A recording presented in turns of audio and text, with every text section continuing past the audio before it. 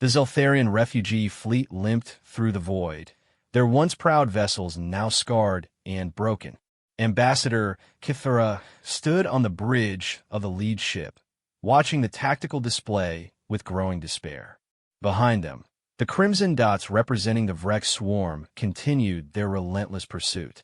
Ambassador, we're receiving a response to our distress call, Communications Officer Veltok announced, his voice trembling with exhaustion. It's from the Terran Federation. Kythera's 4 eyes widened in surprise. The humans were a relatively new species to the galactic community, having achieved faster-than-light travel only 3 centuries ago. Most established civilizations viewed them as primitive upstarts, barely worth acknowledging in diplomatic circles. What do they say? Kythera asked, desperation creeping into his voice. Their homeworld of Zelthara Prime had fallen 6 months ago, consumed by the Vrex bioships that turned entire planets into breeding grounds. Now, 47 million Zeltharian civilians floated in space with nowhere to go. Veltok's mandibles clicked nervously as he read the message. They're offering sanctuary, Ambassador. They say they have space available in their outer colonies and can accommodate our entire population. A wave of relief washed over the bridge crew. The Zeltharians had sent requests to every major power in the galaxy. The Altaria Empire had cited security concerns. The crystalline hegemony claimed they lacked suitable atmospheric conditions. The ancient ethereal collective had simply ignored their pleas entirely. Tell them we accept, Kythera said quickly. Ask for coordinates to their nearest colony world. Veltok worked frantically at his console. After a few minutes, he looked up with confusion. Ambassador, they're not sending us to a colony. They're directing us to something called Terra Defense Station Aegis in the Sol system. They say we should expect an escort shortly. Before Kythera could respond, the ship's sensors began screaming warnings. Dozens of new contacts were appearing on the display, massive signatures that dwarfed even their largest refugee vessels. The bridge crew scrambled to their stations, fearing the worst. Unknown vessels.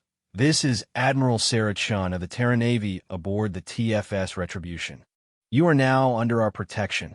The voice that came through the communications array was calm, authoritative, and somehow reassuring. On the main screen, the most beautiful sight Kythera had ever seen materialize from the darkness of space.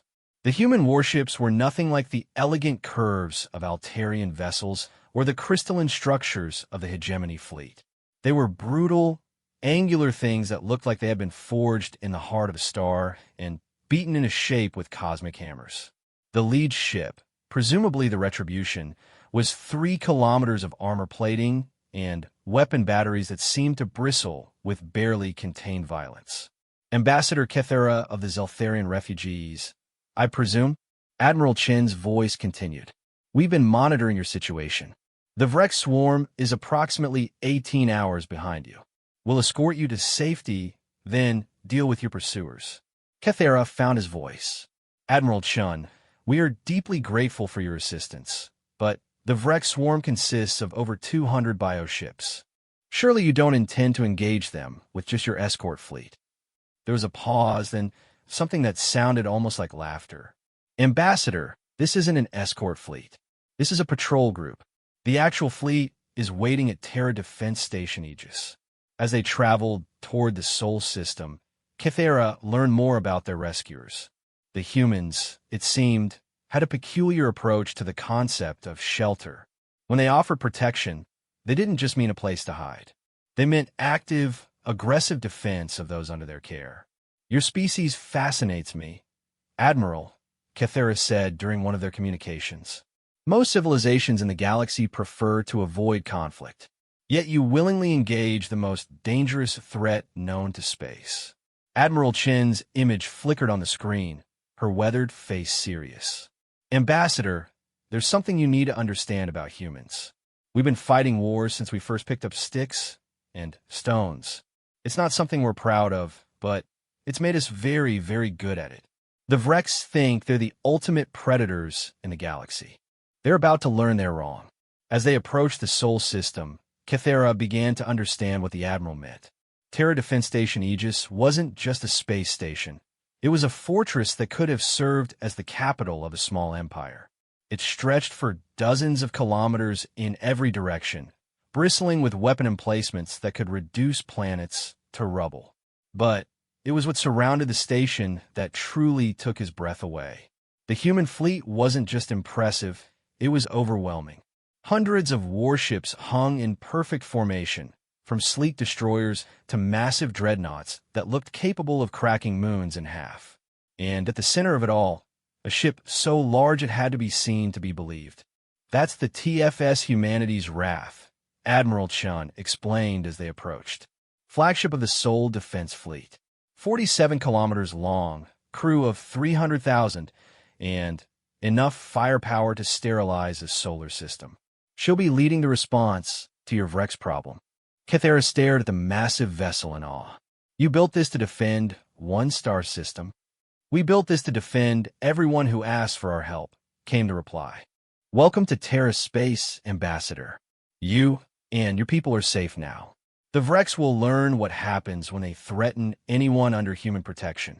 As the refugee fleet was guided to secure docking bays within the station, Kythera couldn't help but marvel at the irony. They had asked the humans for shelter, expecting perhaps a small corner of some distant world where they could hide and rebuild. Instead, they had found a species that viewed the protection of others as a sacred duty, backed by the most fearsome military force he had ever witnessed. The Vrex were coming, as they always did, following the scent of new worlds to consume. But for the first time since the fall of Zelthar Prime, Kythera felt something he had thought lost forever. Hope. The refugee processing center aboard Terra Defense Station Aegis was unlike anything Kythera had ever seen.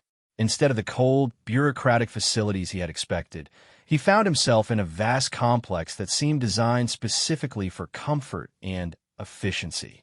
Human engineers moved with purpose alongside their alien counterparts, setting up temporary housing modules that looked more like small apartments than refugee barracks. "Ambassador, if you could follow me," said Colonel Marcus Webb, the human officer assigned as their liaison. The man was shorter than most humans Kythera had met, but he carried himself with the bearing of someone accustomed to command. "General Harrison wants to brief you on the security situation."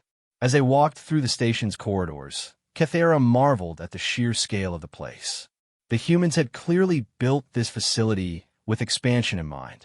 Every section seemed capable of housing thousands of beings, with adaptive life support systems that could accommodate dozens of different atmospheric requirements. "How many refugees can this station accommodate?" Kythera asked. Colonel Webb glanced at him with a slight smile. "Current capacity is roughly 800 million beings from various species. We've been expanding it continuously for the past 50 years.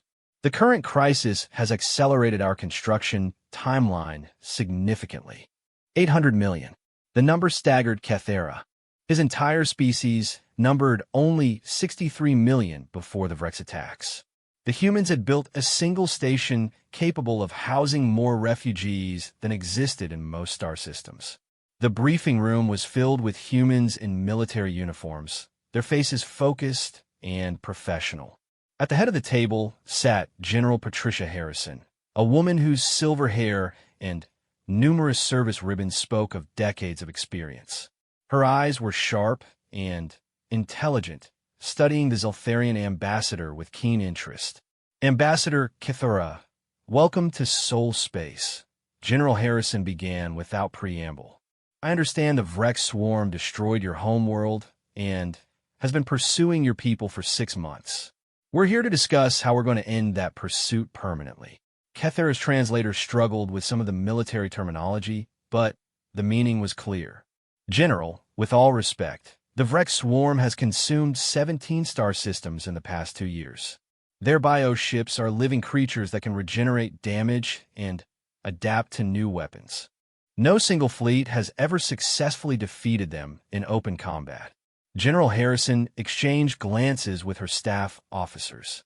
"Ambassador, we appreciate the warning, but we've been studying the Vrex for quite some time. Our intelligence services have been tracking their movements, and analyzing their capabilities since they first appeared in this galaxy. We know exactly what we're dealing with. A holographic display materialized above the table, showing detailed schematics of Vrex bioships. The level of detail was extraordinary. Internal organ structures, neural pathways, even genetic markers were clearly visible. Kethera realized the humans had somehow obtained intact specimens for study. 3 years ago, we encountered a damaged Vrex Scout vessel drifting near the outer colonies, explained Dr. Elizabeth Reeves, the station's chief xenobiologist. The crew was dead, but the ship's biological systems were still active. We've been reverse engineering their technology and developing specific countermeasures ever since. The implications hit Kethera like a physical blow. You've been preparing for this conflict for 3 years. But the Vrex only entered this galactic sector 8 months ago. Colonel Webb leaned forward. Ambassador, the Vrex have been active in other parts of the galaxy for over a century. We've been monitoring their expansion patterns and modeling their likely arrival in our region. When they appeared, we were ready.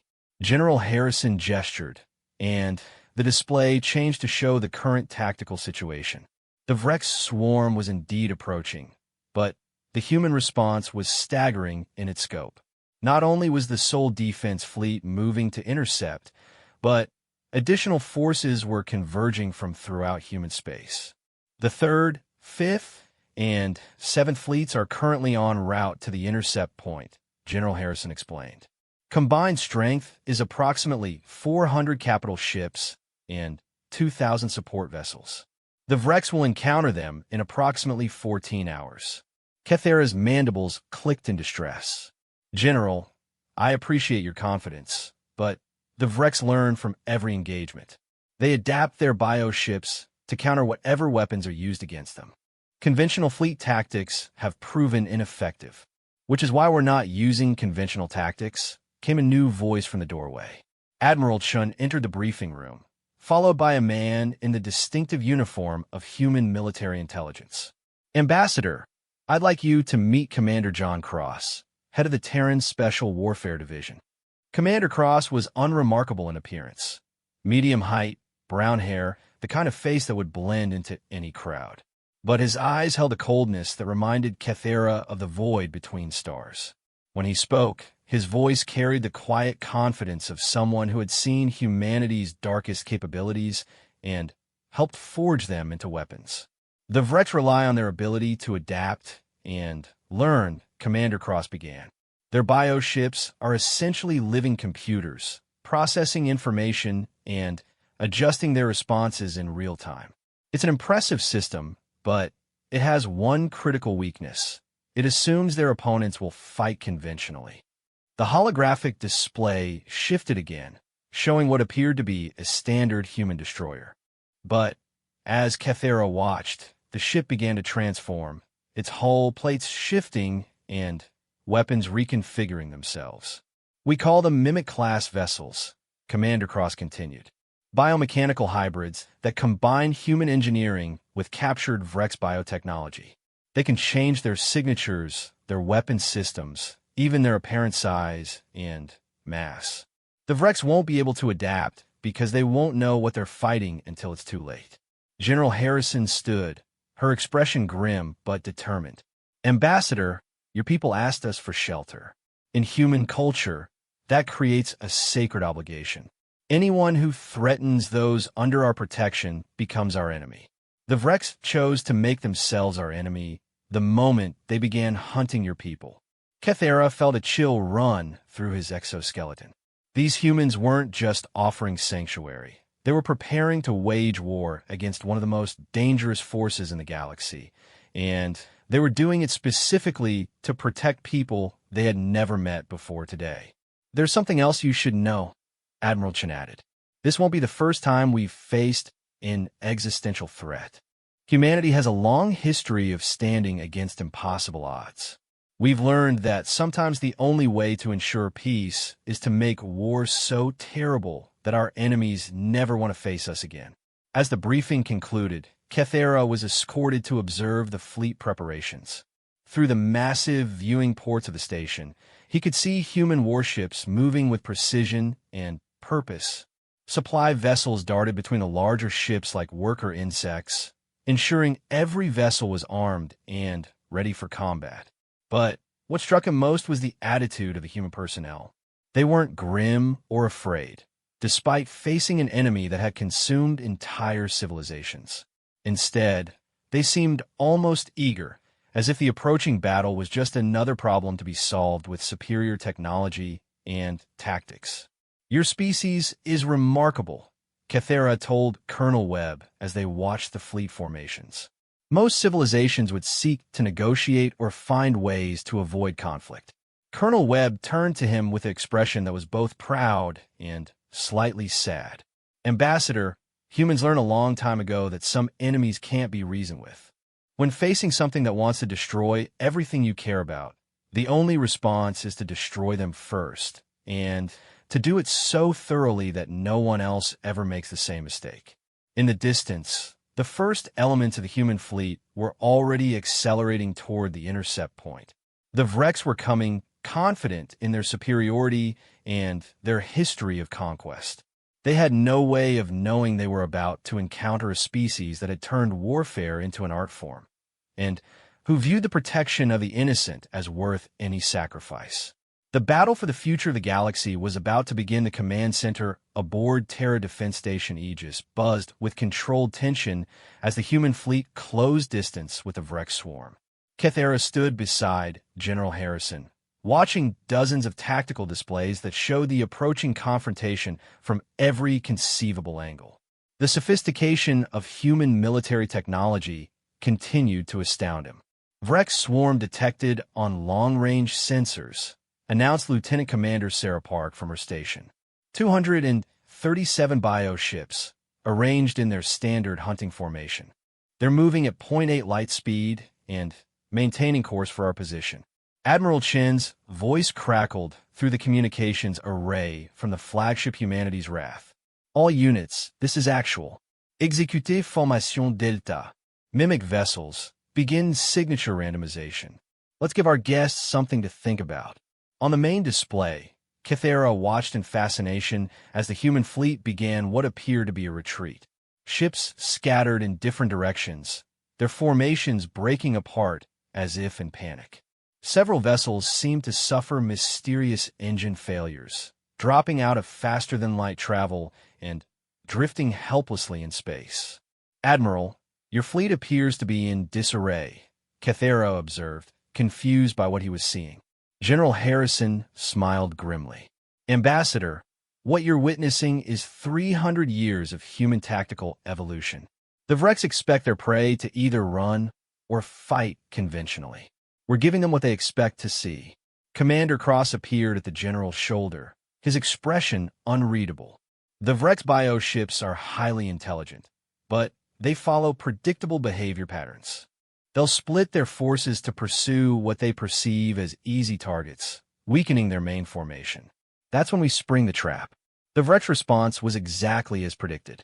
The massive bioships, each one a living creature the size of a human battleship, began to separate into hunting groups. Their organic hulls pulsed with bioluminescent patterns as they communicated through methods human science still didn't fully understand.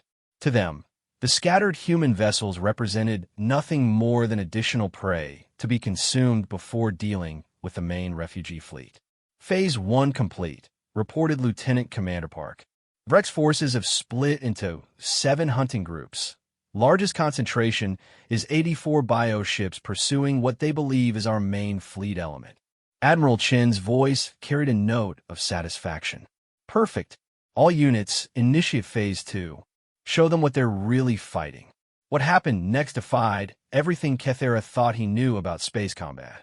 The apparently disabled human vessels suddenly blazed back to life, their engines flaring as they reversed course toward the pursuing Vreks. But more shocking was what happened to their appearances. Hull configurations shifted, weapon ports opened in previously smooth surfaces, and entirely new ship classes seemed to materialize from empty space. "Stealth frigates decloaking," announced another officer. Mimic vessels assuming combat configuration. All units report ready to engage. The lead Vrex hunting group found themselves facing not the fleeing prey they expected, but a perfectly coordinated human battle formation. The bioships tried to adapt, their organic hulls rippling as they attempted to reconfigure their defenses, but the humans had studied their adaptation patterns for years. Fire! Came Admiral Chen's calm command. The human weapons that struck the Vrex bioships were unlike anything in the Galactic arsenal. Instead of energy beams or kinetic projectiles, they fired what appeared to be metallic spores that penetrated the organic hulls and began spreading throughout the bioship's internal systems. Nanoviral weapons, Dr. Reeves explained to the horrified ambassador. Based on modified Vrex biotechnology, designed to turn their own adaptive systems against them. The bioships will try to heal the damage, but our nanites will learn from their responses and adapt faster than they can. On the tactical display, the first Vrex hunting group was already showing signs of distress. The massive bioships, which had seemed invincible just minutes before, were now writhing in space as their own biological systems turned against them. Some tried to purge the infection, ejecting portions of their organic mass, but the human nanites have been designed to spread faster than any biological defense could contain them. Group 2 is attempting to assist Group 1, reported Lieutenant Commander Park. They're moving to intercept our forward elements. Let them come, Admiral Chen responded. Humanity's wrath is moving to engage. All capitals, form up on the flagship. Time to show them what a real predator looks like. The massive human dreadnought swept toward the second Vrex group like an avenging angel. At 47 kilometers long, it dwarfed even the largest bioships, its hull bristling with weapons that had been specifically designed to counter organic armor. As it closed range, launch bays opened along its flanks, disgorging clouds of what appeared to be fighter craft. Those aren't fighters, Commander Cross noted, seeing Kethera's confusion. They're hunter-killer drones, each one programmed with the behavioral patterns of Terran predators.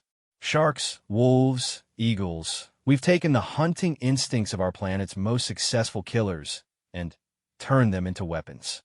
The drone swarms fell on the Vrex bioships like packs of wolves bringing down massive prey. They didn't attack randomly, but coordinated their strikes to target specific vital organs within the bioship structures. The Vrex creatures tried to defend themselves, extending organic weapons and defensive barriers, but the human drones moved with an intelligence and adaptability that their organic programming had never encountered. Groups 3 and 4 converging on our position, another officer reported. Looks like they're trying to break through to the refugee fleet. General Harrison's expression hardened. Negative. No Vrex bioship gets past this line. Deploy the Omega Protocol. Kethera had heard whispers of human contingency plans throughout the galaxy, but nothing had prepared him for what he witnessed next. From concealed positions throughout the outer Sol system, weapons platforms began to activate. These weren't conventional defensive installations. They were something far more sinister. Omega platforms online. Confirmed a new voice on the communication array. Gravitational lenses charging. Target solutions locked. What are gravitational lenses? Kethera asked, though he suspected he didn't want to know the answer. Weapons that focus the gravitational field of our sun into concentrated beams, Dr. Reeves explained matter-of-factly. The effect is similar to being crushed by a black hole, but much more precise. We can literally tear apart the molecular bonds holding the bioships together. The Vrex groups charging toward the refugee fleets suddenly found their path blocked by invisible walls of twisted spacetime. Bioships that had survived the consumption of entire worlds were torn apart at the subatomic level, their organic components scattered across light years of space in mere seconds. Remaining Vrex forces are attempting to retreat, reported Lieutenant Commander Park. Looks like they're trying to regroup at the edge of the system. Negative on the retreat. Admiral Chen's voice was final. All units pursue and destroy. Standard containment protocol. Nothing leaves this system alive. We can't risk them warning other swarms about our capabilities. What followed was less a battle than an extermination. The human fleet, now operating at full capacity, hunted down the remaining Vrex bioships with methodical precision. Advanced sensor nets prevented any chance of escape, while specialized weapons designed for this specific enemy ensured that none of the organic vessels could adapt quickly enough to survive. Within 6 hours, the threat that had consumed 17 star systems and pursued the Zeltharian refugees for half a year was completely eliminated. Not a single Vrex bioship survived to carry word of humanity's capabilities back to the greater swarm. As reports of total victory came in from across the battle zone, Kythera found himself staring at the humans around him with a mixture of awe and terror. These beings had just accomplished something that the combined fleets of a dozen major powers had failed to achieve. They had faced an existential threat and not merely defeated it, but erased it so completely that it might never have existed at all. "General," he said quietly, "your species is far more dangerous than anyone in the galaxy realizes." General Harrison turned to him with an expression that was both proud and sad. "Ambassador, we've learned throughout our history that sometimes the only way to protect the innocent is to become monsters ourselves. The Vrex chose to threaten people under our protection. That was their mistake." As the human fleet began returning to base, Kythera realized that his people hadn't just found shelter among the humans. They had found guardians who would stop at nothing to protect those who asked for their help. The galaxy would never be the same 3 weeks after the battle. Kythera found himself in an unexpected position, serving as liaison between his people and the human engineers who were building them a new home. What he discovered during this process forever changed his understanding of what the humans meant by shelter. The construction site was located on Kepler 442c, a world the humans had terraformed decades earlier, but left largely uninhabited. When the human engineering teams arrived with the Zeltharian refugees, Kythera had expected them to establish basic housing and perhaps some minimal infrastructure. What he witnessed instead was the most ambitious construction project he had ever seen. "Ambassador, if you could review these plans," said Chief Engineer Maria Santos, spreading holographic blueprints across the planning table. The woman was small in stature, but commanded the respect of thousands of human and alien workers with quiet competence. "We want to make sure the residential districts meet your people's cultural requirements." Kythera studied the projections in amazement. The humans weren't building a refugee settlement. They were constructing an entire civilization from scratch. The plans showed cities that rivaled the greatest metropolises of Zelthara Prime, complete with cultural centers, educational institutions, and industrial complexes designed specifically for Zeltharian physiology and social structures. "Chief Santos, this is far more than we ever expected," Kythera said, his voice filled with emotion. "The scale of this undertaking, it must cost your government enormous resources." Engineer Santos looked at him with surprise. "Ambassador, your people asked us for shelter. That doesn't mean just a roof over your heads. It means everything you need to rebuild your civilization and thrive again. Anything less would be a failure on our part." Over the following days, Kythera watched human engineering capabilities that defied conventional understanding. Massive fabrication ships worked around the clock, using matter compilers to transform raw asteroids into construction materials. Atmosphere processors fine-tuned the planet's environment to perfectly match Zeltharian needs. Most remarkably, the humans had somehow acquired detailed cultural and historical records of his homeworld, allowing them to recreate architectural styles and urban layouts that felt authentically Zeltharian. "How did you obtain information about our cities?" Kythera asked Dr. Jennifer Walsh, the cultural anthropologist overseeing the historical reconstruction efforts. "We've been monitoring galactic communications for decades," Dr. Walsh explained. "When we learned about the Vrex attacks on your homeworld, we immediately began archiving every piece of cultural data we could find: art, music, literature, architectural plans, even personal communications that mention important cultural sites. We wanted to be able to help preserve your heritage if the worst happened. The implications staggered him. The humans had been preparing to rebuild Zeltharian civilization before they had even met a Zeltharian refugee. Their contingency planning extended not just to military threats, but to cultural preservation and social reconstruction. As construction progressed, Cathera began to understand the true scope of human shelter. Teams of sociologists worked with Zeltharian leaders to ensure their governmental structures could function in their new environment. Educational specialists developed curricula that would help Zeltharian children maintain their cultural identity while adapting to their new home. Medical teams studied Zeltharian physiology to establish healthcare systems tailored to their specific needs. But it was the arrival of Admiral Chun that revealed the most remarkable aspect of the human approach to protection. The Admiral came not with warships, but with a small diplomatic vessel carrying representatives from 17 different species.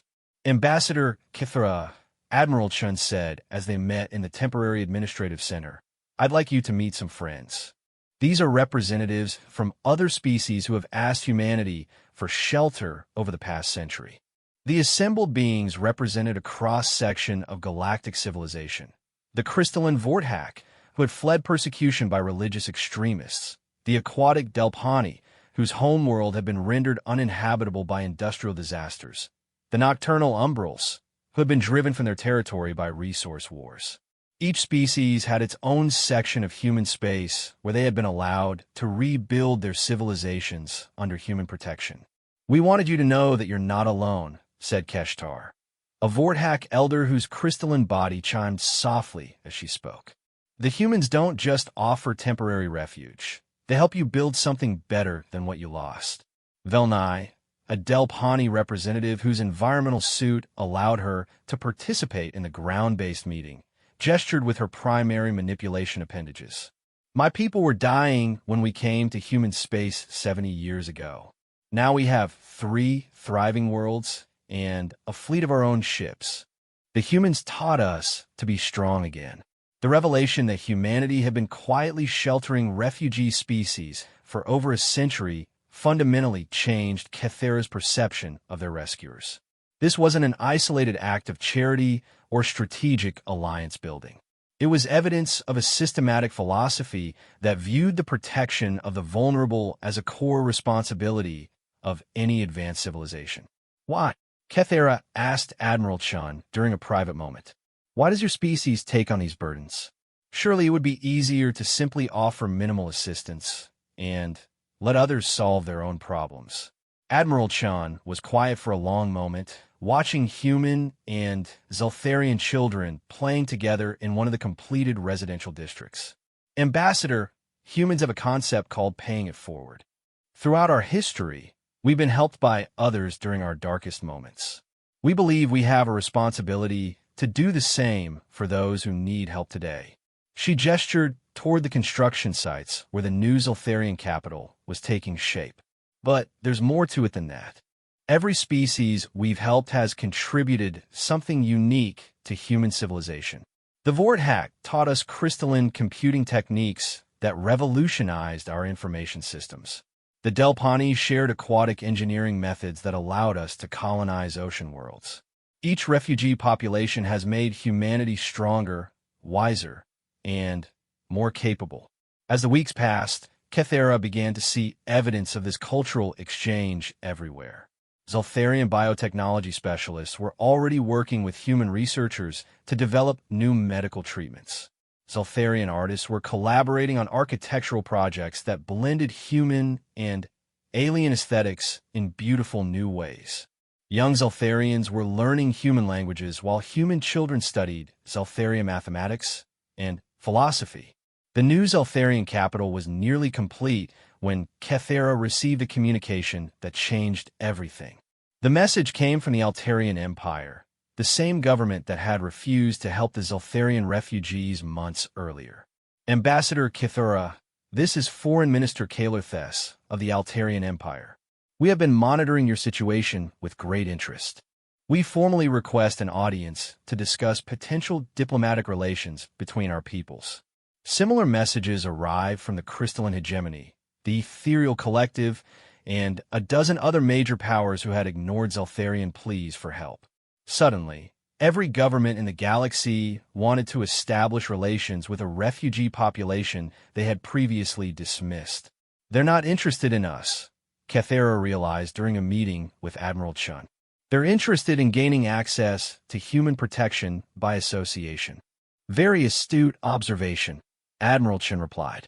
"The destruction of the Vrek swarm has made every government in the galaxy recalculate their assessment of human capabilities.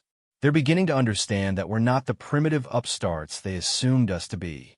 General Harrison joined the conversation via holographic link from Terra Defense Station Aegis. "Ambassador, this puts your people in a unique position. You have the opportunity to serve as intermediaries between humanity and the galactic community. Many of these governments are too proud to approach us directly, but they might be willing to establish diplomatic relations through Zeltharian channels." As Kethera considered the implications, he realized that his people weren't just refugees anymore. They were becoming partners in a larger human project that was quietly reshaping galactic civilization. The humans hadn't just offered shelter. They had offered a chance to play a meaningful role in the future of the galaxy. The next morning, as he watched human and Zeltharian engineers putting the finishing touches on the new planetary defense grid, Kethera understood that they had found something far greater than sanctuary among the humans. They had found purpose, dignity, and hope for a future that would be better than anything they had lost. The galaxy was about to discover what humanity truly meant by the concept of shelter. 5 years had passed since the Zeltharian refugees first entered human space, and Kethera now served as the first Zeltharian ambassador to the Terran Federation. The title still felt surreal to him, but the reality of his position had become undeniable as he prepared for the most important diplomatic gathering in galactic history. The Great Assembly Hall on Terra Defense Station Aegis had been expanded specifically for this occasion. Representatives from every major power in the galaxy had arrived, drawn by a simple but revolutionary proposal: the formation of the Galactic Protection Compact, an alliance dedicated to defending vulnerable species and preventing atrocities like those committed by the Vrek swarm. "Ambassador, the ethereal collective delegation has arrived," announced his aide, a young Zeltharian named Tefera who had grown up among humans and spoke perfect Terran standard. "They're requesting a private audience before the formal sessions begin." Kethera adjusted his ceremonial robes, still marveling at how much his life had changed. The new Zeltharian capital of New Thera was now home to 12 million of his people, thriving in ways that surpassed their old homeworld. Zeltharian shipyards worked alongside human facilities to produce vessels that combined the best of both civilizations' technologies. Most remarkably, the first generation of Zeltharians born in human space had begun to think of themselves not as refugees, but as citizens of a larger, more inclusive galaxy. The meeting with the ethereal collective was typical of the delicate diplomacy that had consumed the past year. The ancient aliens, beings of pure energy who rarely concerned themselves with physical matter, had been among the first to request Zeltharian mediation in approaching humanity. Honored Kethera, the lead ethereal communicated through harmonic vibrations that his translator converted to speech. "Our analysis of human capabilities has forced a complete revision of our galactic strategic assessments. The protection your species has received demonstrates a level of commitment that transcends typical alliance structures." Kethera had grown skilled at reading between the lines of diplomatic language. "You're concerned about humanity's military capabilities and want assurances that they won't be used against your interests." "Precisely. The destruction of the Vrek swarm was accomplished with technologies that suggest human military science has advanced far beyond our previous estimates. We seek understanding of their intentions regarding established galactic powers." This was the core issue that had brought every major civilization to Terra Defense Station Aegis. The complete annihilation of the Vrek swarm had sent shockwaves through the galactic community. For the first time in millennia, There was a species capable of challenging any existing power structure, yet they seemed more interested in building than conquering. The humans have been clear about their intentions, Kythera replied. They want to create a galaxy where smaller species don't have to fear extinction from threats like the Vrex. Their military power serves defensive purposes, not aggressive ones. The ethereal's energy patterns shifted in what Kythera had learned to recognize as skepticism. Such claims are easily made. History suggests that military power inevitably leads to expansion and domination. Then, perhaps you should speak with the Vorthak or the Delpani, or any of the other 17 species currently thriving under human protection, Kythera suggested. None of them have been subjugated or absorbed. All maintain their independence while benefiting from human security guarantees. Later that day, the formal sessions began with a presentation that stunned the assembled delegates. Admiral Chun, now promoted to Fleet Admiral and serving as humanity's primary military representative, activated a holographic display showing the current state of galactic threats. Honored delegates, our intelligence services have identified 47 potential existential threats currently active in this galaxy, Admiral Chun began. These include 12 more Vrex swarms in distant sectors, 17 separate plague outbreaks that have already consumed inhabited worlds, and numerous territorial conflicts that threaten to escalate into wars of extinction. The display showed threat vectors spreading across the galaxy like a plague map. Most of the assembled delegates were seeing this comprehensive analysis for the first time, and the scope of potential dangers was overwhelming. The destruction of the Vrex swarm that threatened the Zoltharians was not an isolated victory, Admiral Chin continued. It was a proof of concept for systematic threat elimination. Humanity proposes to extend this protection to any species willing to participate in the Galactic Protection Compact. Foreign Minister Kaler Thess of the Altarian Empire was the first to respond. Admiral Chun, the scope of what you're proposing would require military resources beyond the capacity of any single civilization. Even humanity cannot patrol the entire galaxy. You're correct, Admiral Chun acknowledged, which is why the compact would operate on a distributed model. Each member species contributes according to their capabilities. Some provide military assets, others contribute technological expertise, economic resources, or intelligence gathering. The humans would serve as the rapid response force for immediate threats, while the larger coalition handles prevention and reconstruction. General Harrison materialized as a hologram from the command center. The key innovation is our early warning network. We've developed sensor technologies that can detect Vrex bioships, plague outbreaks, and other existential threats from hundreds of light years away. Instead of reacting to crises, we can prevent them. The implications were staggering. Humanity was proposing to transform galactic civilization from a collection of isolated powers concerned primarily with their own survival into a unified defense network capable of protecting everyone. What guarantees do we have that humanity won't use this network to dominate other species? Asked Chancellor Vexnail of the Crystalline Hegemony. It was Kythera who answered, drawing on 5 years of experience with human culture. Honorable Chancellor, I understand your concerns because I shared them when my people first sought human help. But consider this. If humanity wanted to conquer the galaxy, they could have done so already.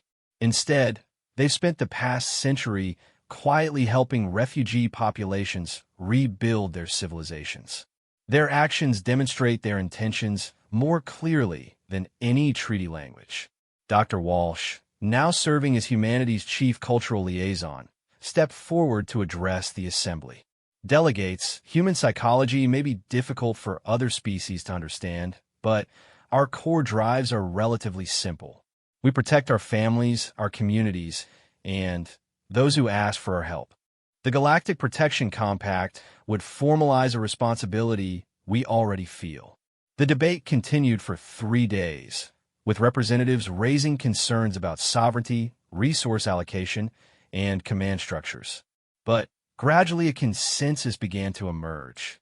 The combination of demonstrated human military capability and Their track record with refugee populations created a unique opportunity to address threats that individual civilizations couldn't handle alone. The breakthrough came when the Delphani representative, Commander Velnai, addressed the assembly. Honored delegates, my people were dying when we came to human space 70 years ago. Today we have 3 thriving worlds and contribute to the galaxy's knowledge of aquatic engineering.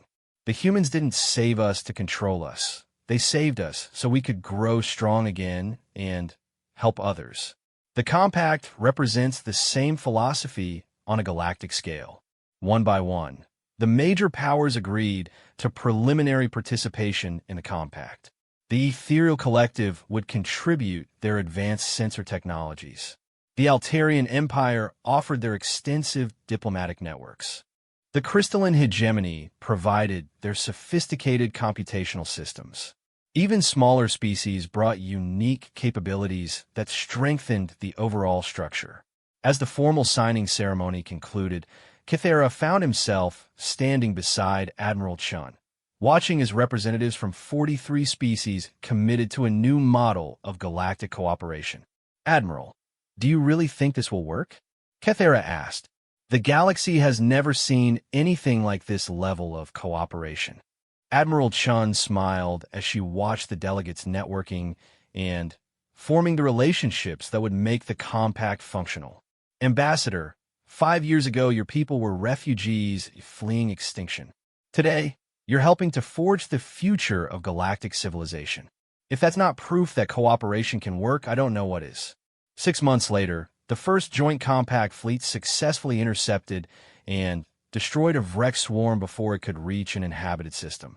The operation involved ships from 12 different species, coordinated by human command protocols and supported by intelligence from the Ethereal Sensor Network. Not a single world was lost. As Kythera reviewed the after-action reports from his office on New Thera, he reflected on the journey that had brought his people to this point. They had asked the humans for shelter and received something far greater. Partnership in creating a galaxy where no species would have to face extinction alone.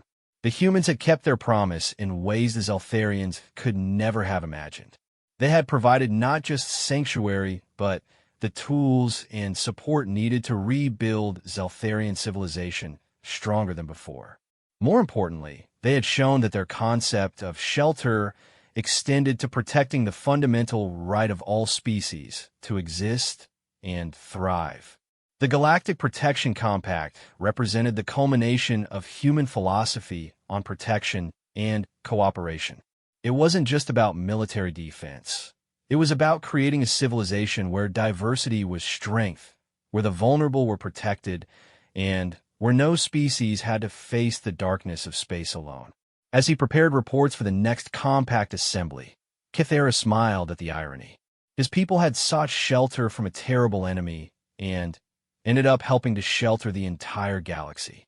The humans had taught them that true security came not from hiding, but from standing together against any threat that dared to challenge their collective determination to protect the innocent. The galaxy would never again be the same collection of isolated, fearful civilizations it once was. Thanks to human leadership and the courage of species willing to work together, it had become something stronger, safer, and more hopeful than anyone had ever dared to imagine. The Zeltharian refugee fleet limped through the void, their once proud vessels now scarred and broken. Ambassador Kythera stood on the bridge of the lead ship, watching the tactical display with growing despair. Behind them, the crimson dots representing the wrecked swarm continued their relentless pursuit. Ambassador, we're receiving a response to our distress call, Communications Officer Veltok announced, his voice trembling with exhaustion. It's from the Terran Federation. Kythera's 4 eyes widened in surprise. The humans were a relatively new species to the galactic community, having achieved faster-than-light travel only 3 centuries ago. Most established civilizations viewed them as primitive upstarts, barely worth acknowledging in diplomatic circles. What do they say? Kythera asked, desperation creeping into his voice. Their homeworld of Zelthara Prime had fallen 6 months ago, consumed by the Vrex bioships that turned entire planets into breeding grounds. Now, 47 million Zeltharian civilians floated in space with nowhere to go. Veltok's mandibles clicked nervously as he read the message. They're offering sanctuary, Ambassador. They say they have space available in their outer colonies and can accommodate our entire population. A wave of relief washed over the bridge crew. The Zeltharians had sent requests to every major power in the galaxy. The Altarian Empire had cited security concerns. The crystalline hegemony claimed they lacked suitable atmospheric conditions. The ancient ethereal collective had simply ignored their pleas entirely. Tell them we accept, Kythera said quickly. Ask for coordinates to their nearest colony world. Veltok worked frantically at his console. After a few minutes, he looked up with confusion.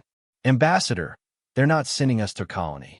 They're directing us to something called Terra Defense Station Aegis in the Sol system. They say we should expect an escort shortly. Before Kythera could respond, the ship's sensors began screaming warnings. Dozens of new contacts were appearing on the display, massive signatures that dwarfed even their largest refugee vessels. The bridge crew scrambled to their stations, fearing the worst. Unknown vessels. This is Admiral Sarachun of the Terra Navy aboard the TFS Retribution. You are now under our protection. The voice that came through the communications array was calm, authoritative, and somehow reassuring. On the main screen, the most beautiful sight Kythera had ever seen materialize from the darkness of space. The human warships were nothing like the elegant curves of Altarian vessels or the crystalline structures of the hegemony fleet. They were brutal, angular things that looked like they had been forged in the heart of a star and beaten into shape with cosmic hammers. The lead ship, presumably the Retribution, was 3 kilometers of armor plating and weapon batteries that seemed to bristle with barely contained violets. Ambassador Kythera of the Zeltharian refugees, I presume? Admiral Chin's voice continued. We've been monitoring your situation. The Vrex swarm is approximately 18 hours behind you. We'll escort you to safety, then deal with your pursuers. Kythera found his voice. Admiral Chun, we are deeply grateful for your assistance, but the Vrex swarm consists of over 200 bioships. Surely you don't intend to engage them with just your escort fleet. There was a pause, then something that sounded almost like laughter. Ambassador, this isn't an escort fleet. This is a patrol group. The actual fleet is waiting at Terra Defense Station Aegis. As they traveled toward the Sol system, Kythera learned more about their rescuers. The humans, it seemed, had a peculiar approach to the concept of shelter. When they offer protection, they didn't just mean a place to hide. They meant active, aggressive defense of those under their care. Your species fascinates me, Admiral, Kythera said during one of their communications. Most civilizations in the galaxy prefer to avoid conflict, yet you willingly engage the most dangerous threat known to space. Admiral Chin's image flickered on the screen, her weathered face serious. Ambassador, there's something you need to understand about humans. We've been fighting wars since we first picked up sticks and stones. It's not something we're proud of, but it's made us very, very good at it. The Vrex think they're the ultimate predators in the galaxy. They're about to learn they're wrong. As they approached the Sol system, Kythera began to understand what the Admiral meant. Terra Defense Station Aegis wasn't just a space station. It was a fortress that could have served as the capital of a small empire. It stretched for dozens of kilometers in every direction, bristling with weapon emplacements that could reduce planets to rubble. But it was what surrounded the station that truly took his breath away. The human fleet wasn't just impressive, it was overwhelming. Hundreds of warships hung in perfect formation, from sleek destroyers to massive dreadnoughts that looked capable of cracking moons in half. And at the center of it all, a ship so large it had to be seen to be believed. That's the TFS Humanity's Wrath, Admiral Chen explained as they approached. Flagship of the Sol Defense Fleet. 47 kilometers long, crew of 300,000, and enough firepower to sterilize a solar system. She'll be leading the response to your Vrex problem. Kythera stared at the massive vessel in awe. You built this to defend one star system. We built this to defend everyone who asks for our help, came the reply. Welcome to Terra's space, Ambassador. You and your people are safe now. The Vrex will learn what happens when they threaten anyone under human protection. As the refugee fleet was guided to secure docking bays within the station, Kythera couldn't help but marvel at the irony. They had asked the humans for shelter, expecting perhaps a small corner of some distant world where they could hide and rebuild. Instead, they had found a species that viewed the protection of others as a sacred duty, backed by the most fearsome military force he had ever witnessed. The Vrex were coming, as they always did, following the scent of new worlds to consume. But for the first time since the fall of Zelthra Prime, Kythera felt something he had thought lost forever: hope.